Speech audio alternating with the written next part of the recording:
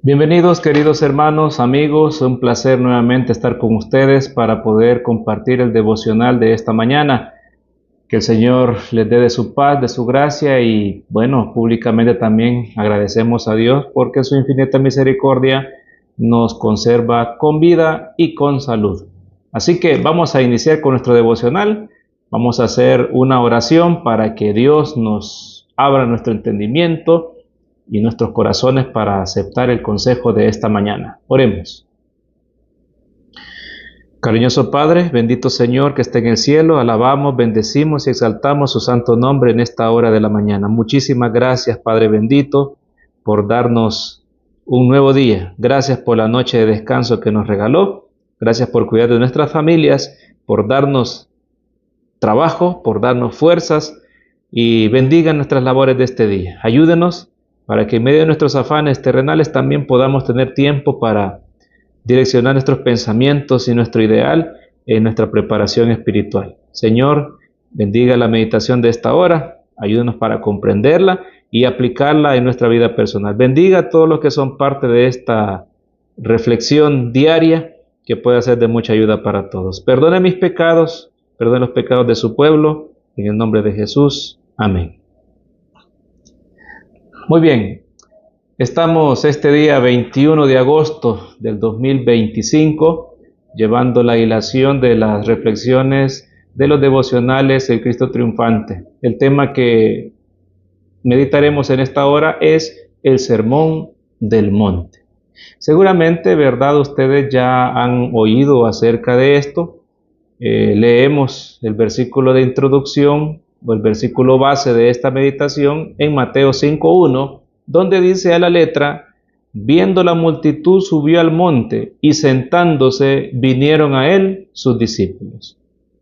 De esta forma es como inicia, ¿verdad?, esta predicación, podríamos decirle así, o un extracto de una vasta cantidad de verdades bíblicas esenciales que el Señor compartió con aquella gran multitud en aquel momento en presencia de sus discípulos.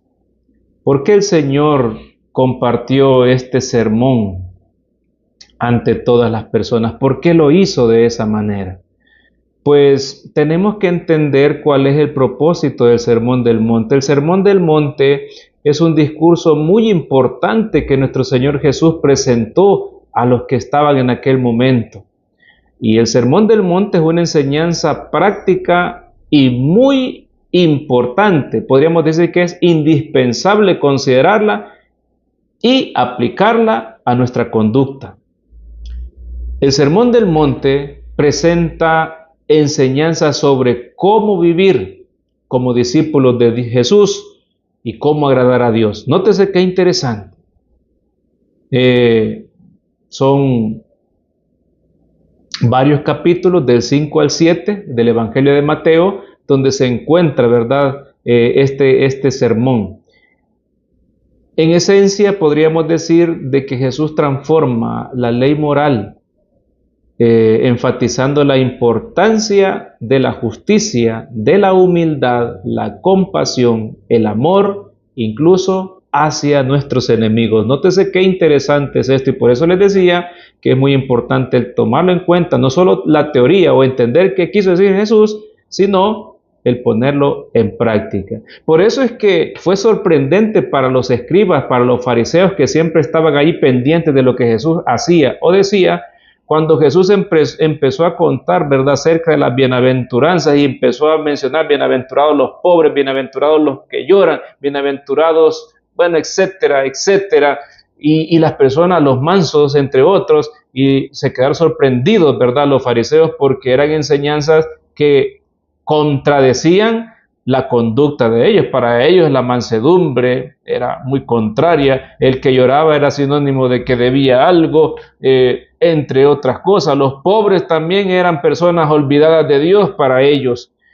Entonces, cuando Jesús empezó a transmitir estas verdades, abrió una puerta grande de gracia para la mayoría que se encontraban sin esperanza, desprovistas, desamparadas.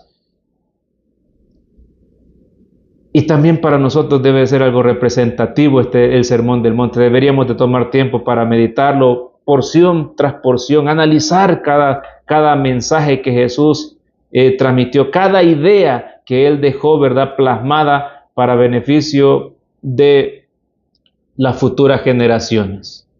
En esencia, podríamos decir que el Sermón del Monte es una invitación a vivir una vida que refleje el carácter de Dios, basándola en el amor, basándola en la humildad, en la justicia y en la búsqueda del reino de Dios por encima de todo. Claro, todo esto según lo que dice la Biblia. Hay algo muy interesante relacionado con esto, porque sí es cierto que el Sermón del Monte, ¿verdad?, fue diseñado para referirse a nuestra vida cotidiana, también a dar un énfasis también y ampliar la aplicación que tienen los mandamientos de Dios. Sin embargo, nosotros hoy en día le prestamos muy poca atención a las palabras de nuestro Salvador. Eso es lo que dice esta matutina también. Por consiguiente, tendremos objeciones que afrontar. Hay quienes dicen que son guiados por el Espíritu. Vea qué interesante esto. Por lo mismo, no creen necesitar de la ley de Dios ni de otras porciones de las Escrituras. Las personas que afirman tener gran luz y no son santificadas en la verdad son peligrosas, aunque se les puede probar fácilmente. Bueno, hay un pasaje muy conocido que utilizamos en nuestro medio, es muy citado, es el de Isaías 8:20, versículo que dice: a la ley y al testimonio, si no hablare conforme a esto, es porque no le ha amanecido. Vea qué interesante entonces por qué considerar el Sermón del Monte, porque es una forma de cómo Jesús amplió más la magnitud del efecto que tienen los mandamientos en el conocimiento y en la práctica de quienes los consideran. En realidad es la palabra de Dios la que Jesús volvió a transmitir allí. Ahora, sin embargo, en aquel tiempo habían personas que no consideraron eso. Los dirigentes judíos no lo consideraron, y hoy en día también hay muchas personas que afirman, ¿verdad?, ser guiados por el Espíritu Santo, que afirman obedecer lo que dice la palabra del Señor, pero no consideran la ley de Dios, no consideran los principios divinos, no consideran partes de la Biblia que les produce incomodidad el poder sujetarse a ellas, que los vuelve quizás no tan populares como desean serlo, que les restringen los beneficios que pueden tener al tener iglesias, ¿verdad?, más populosas, iglesias más nutridas de personas. Pero recuerden algo muy importante, queridos hermanos. Aunque mi interés en esta hora no es hacer una propaganda denominacional, ni tampoco, ¿verdad?, desprestigiar a alguna denominación que desconsidere los principios divinos establecidos como base del gobierno, no solamente terrenal, sino celestial. Pero lo cierto es que hay que comprender de que este es un mal grande que se ha dado y se está dando. Y por eso es que estos que dicen ser guiados por el Espíritu de Dios, pero que no creen en la necesidad de una ley, la ley de Dios, ni de otras porciones de las Escrituras, dice que son nuestros enemigos, son peligrosos. ¿Por qué son enemigos? Podríamos decir, porque, bueno, están en enemistad con Dios al desconsiderar las evidencias del carácter de Dios y cómo el hombre puede alcanzar esa característica tan importante también. Así que recuerden esto: si alguien dice ser piadoso, si alguien dice ser creyente, si alguien dice ser cristiano, si alguien dice ser religioso, pero si no habla conforme a la ley y el testimonio, entonces esa palabra, ¿verdad?, esas personas es un peligro. Son personas que no están santificadas en la verdad. Es muy interesante el hecho y la forma como Jesús en el Sermón del Monte desdibujó la falsa religión en aquel momento y mostró los principios básicos y prácticos para que los que de verdad querían el reino de los cielos vivieran conforme a la voluntad de Dios. Qué maravilloso, hermanos, es cuando vemos, reitero, acerca de las bienaventuranzas y cuando Jesús dice: bienaventurados los que lloran porque ellos recibirán consolación. Cuántas personas angustiadas en aquel tiempo, que no recibían consuelo de la dirigencia judía, que no recibían consuelo de los sacerdotes, y en Jesús vinieron a encontrar este consuelo y estas palabras de esperanza. ¿Cuántos hoy en día también hacen una idea errónea de lo que es la justicia y de lo que es la obediencia a Dios? Por eso es que en el libro de Mateo 7, versículos 15 al 17, el Señor Jesús hace una advertencia. Y voy a leer este pasaje. Cristo dijo: guardaos de los profetas falsos, que vienen a vosotros con vestidos de ovejas, pero por dentro son lobos rapaces. La Biblia dice: por sus frutos los conoceréis. Y pregunta: ¿acaso se recogen uvas de los espinos o higos de los abrojos? Así todo árbol bueno da buenos frutos, pero el árbol malo da frutos malos. No pueden, afirma el Señor Jesús, no puede el árbol bueno dar malos frutos, ni el árbol malo dar buenos frutos. Esto es muy interesante, queridos hermanos, y apliquemos esto a la vida de nuestro Señor Jesús.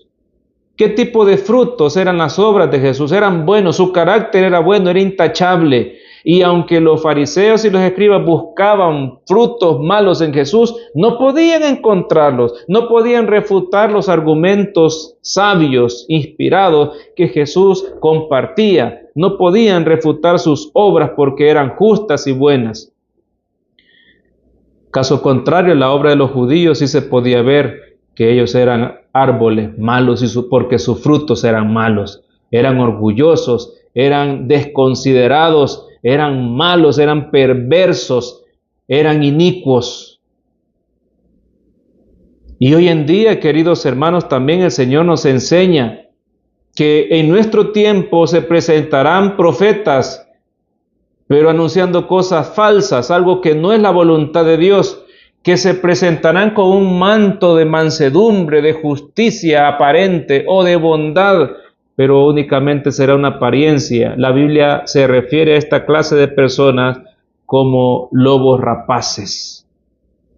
Y nos reitera en estos pasajes en varias ocasiones que nosotros podemos conocer a estos ministros del mal por sus frutos.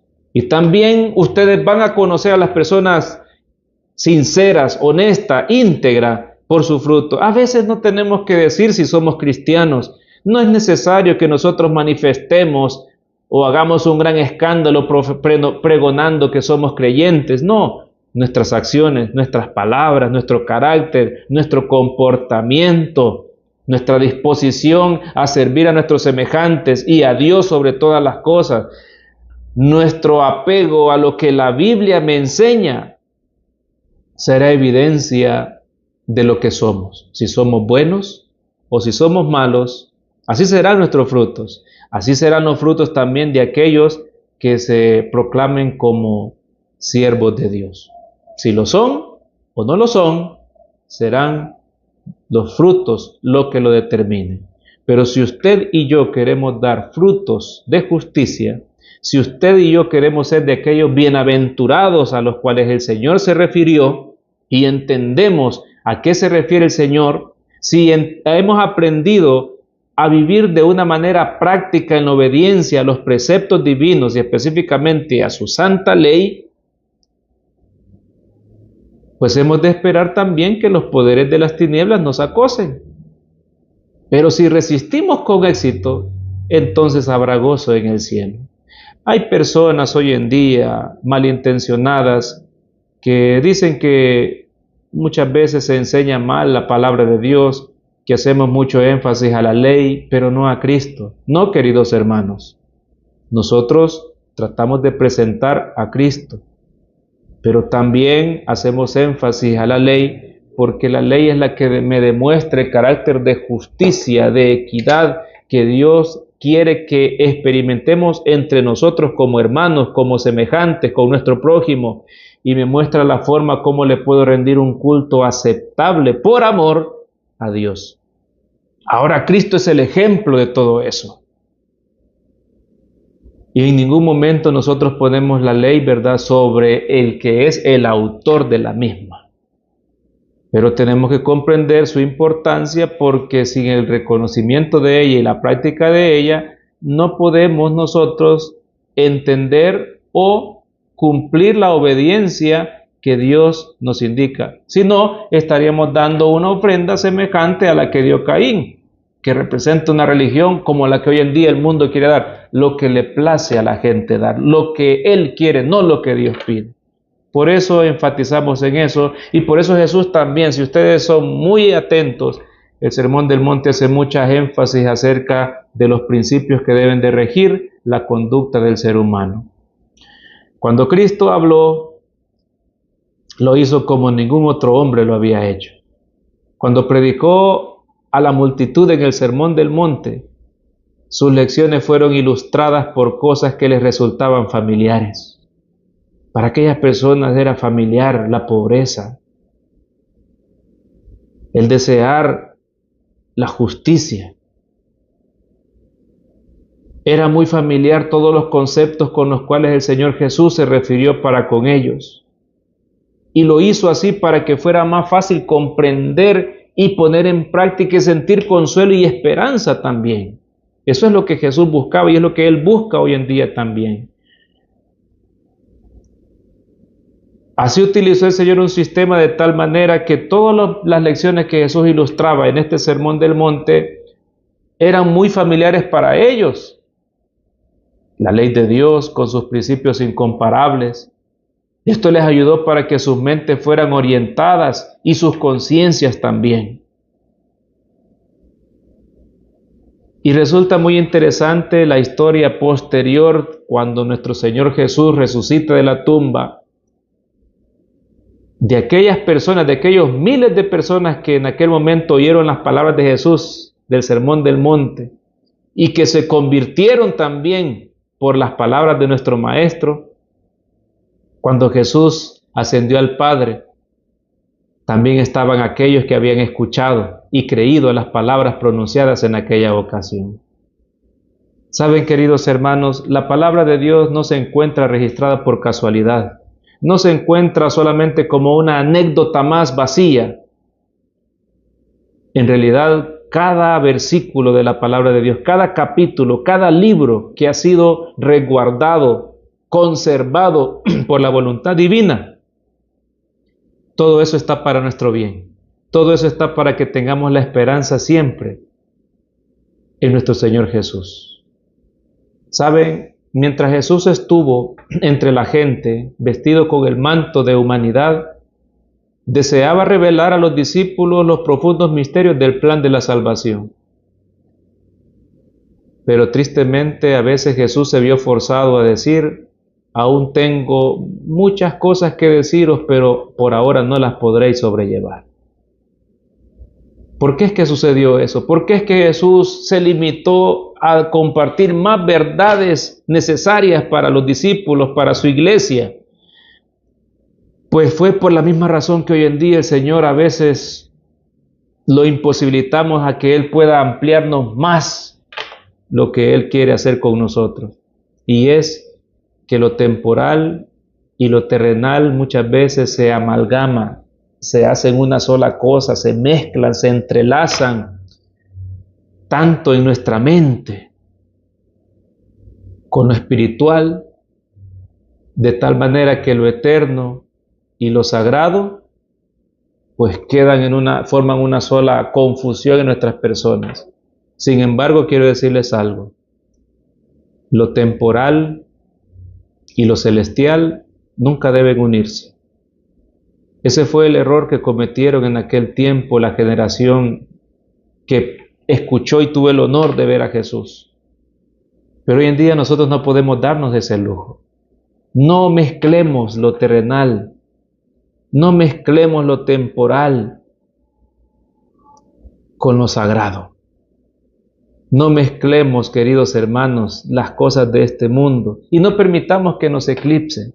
No permitamos que las ventajas temporales hagan que tengan menos efecto las palabras de Dios en nuestra vida. Es un privilegio grande el poder tener la oportunidad de poder escuchar de Jesús, de poder escuchar sus experiencias, su vida, de poder analizarla, de poder hacer un análisis de sus milagros, de cómo ayudó a tantas personas cuanto fuere posible y hoy en día continúa haciéndolo desde el lugar santísimo en el santuario celestial. Si nuestra mente